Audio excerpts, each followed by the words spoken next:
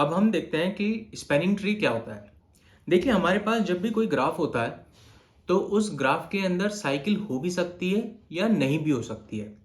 अगर हम उस ग्राफ का कोई एक ट्री बनाना चाहें जिसके अंदर सारी वर्टिसेस कवर हों लेकिन कोई साइकिल ना हो और सारी वर्टिसेस कनेक्टेड भी रहें, तो हम उसको स्पैनिंग ट्री बोलते हैं। जैसे ये हमारे पास एक ग्राफ गिवन है, इसके अंदर अभी साइकिल फॉर्म हो रही है, तो ये स्पैनिंग ट्री नहीं हो सकता।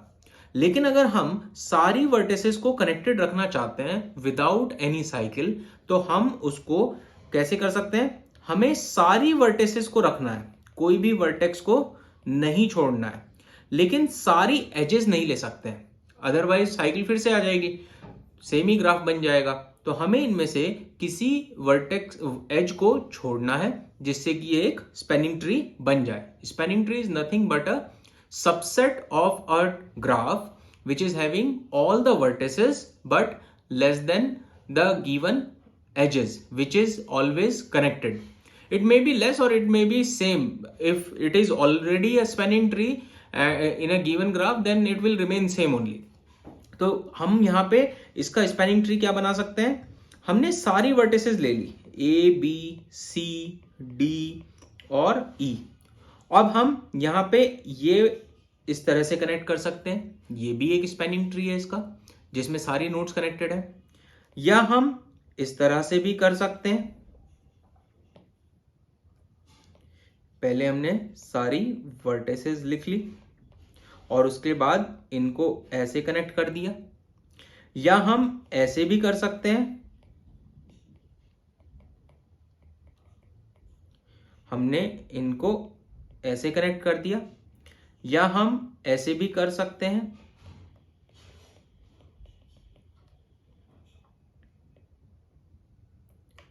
या फिर एक और इसका पॉसिबल ग्राफ है, पॉसिबल ट्री एक और क्या होगा, हम इसमें इस तरह से इसको कनेक्ट कर दें। तो जो हमें गिवन ग्राफ है उसके 5 पॉसिबल स्पैनिंग ट्रीज हैं। देखिए क्या हो सकते हैं वो 5 हमने पूरे लिख दिए हैं, 1 2 3 4 एंड 5 पॉसिबल स्पैनिंग ट्रीज। हमें कैसे पता चलेगा कि कितने स्पैनिंग ट्री पॉसिबल हैं? तो उसके लिए हमारे पास फॉर्मूला होता है, नंबर ऑफ एजेस में से हमें कितनी एजेस लेनी है, v-1 एजेस। तो हमारे पास यहाँ पे टोटल 5 एजेस हैं और उनमें से हमें 4 एजेस चूज करनी है विच इज इक्वल टू 5। सो यहाँ पे 5 स्पैनिंग ट्री पॉसिबल है। अब ये एक सिंपल ग्राफ है, अगर इसके अंदर कोई साइकिल होगी जिसकी लेंथ नंबर ऑफ वर्टिसेस से कम होगी, तो हमें इस फॉर्मूले में से माइनस करना पड़ेगा number of cycles having less than vertices. Cycle की लेंथ वर्टिसेस से कम होनी चाहिए। जैसे सपोज करिए अगर मैं यहां पे ये एक एज और ऐड कर देता हूं, तो अब इसमें 2 साइकिल ऐसी हैं, एक ये वाली जिसकी लेंथ 4 होगी, या एक ये वाली लेंथ होगी जिसकी लेंथ 3 होगी। ये ओवरऑल लेंथ जो होगी वो 5 है और नंबर ऑफ वर्टिसेस भी 5 है, तो हम उसको काउंट नहीं करेंगे।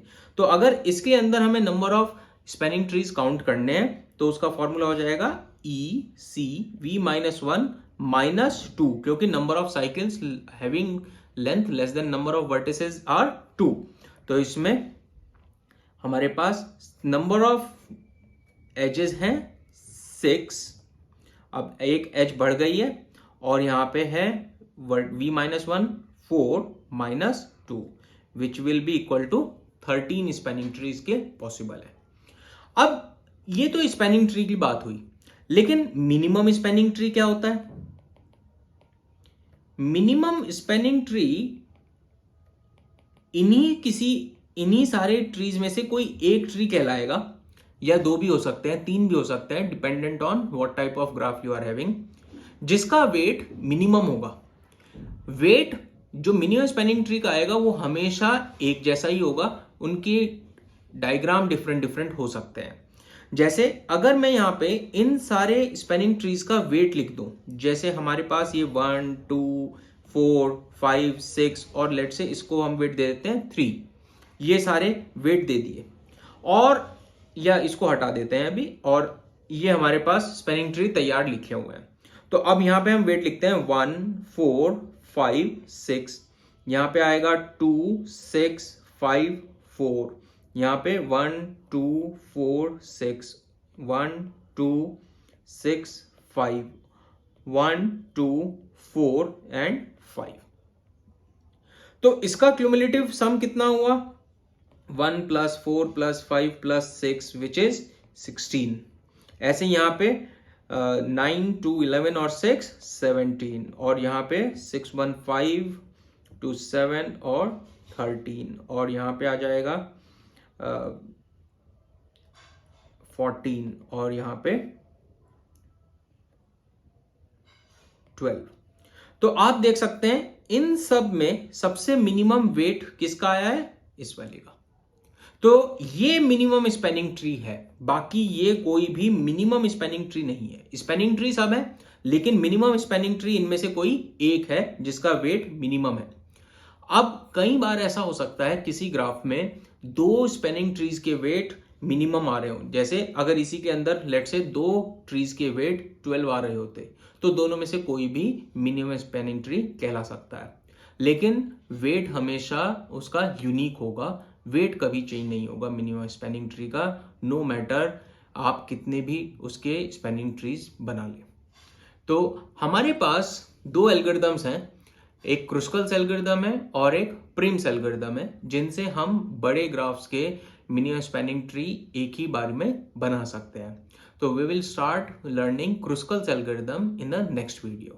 Many times students also have been asked about where the spanning trees or minimum spanning trees are used, और जनरली बच्चे कंफ्यूज हो जाते हैं, आंसर देते हैं कि शॉर्टेस्ट पाथ निकालने के काम आता है।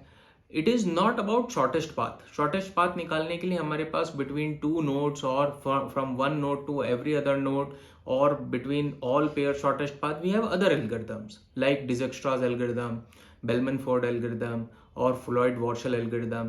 So by using those algorithms we can find out shortest path. Minimum spanning tree is used in such a way where we want to minimize the cost. The difference between minimum distance and minimum cost is, let's say you have pool of let's say 5 points in the city and you want to connect all those 5 points. So your task is to connect those 5 points with minimum cost, not by minimum. You don't want to connect 2 points with minimum distance. So here from one point to every other point you are not concerned with minimum distance. Here you are concerned with connection of all those 5 points using minimum cost. ऐसे ही late से हमारे पास एक lab है जिसमें 100 computer लगे हुए हैं, उन 100 कंप्यूटर्स को हमें वायर करना है एक साथ मिनिमम वायर यूज करके, तो वो लेंथ से नहीं पता चलेगा, जो शॉर्टेस्ट लेंथ होती है there is a difference. I will make a single video considering both the things, और मैं आपको एग्जांपल से उसमें समझाऊंगा कि दोनों में क्या डिफरेंस होता है। Thank you.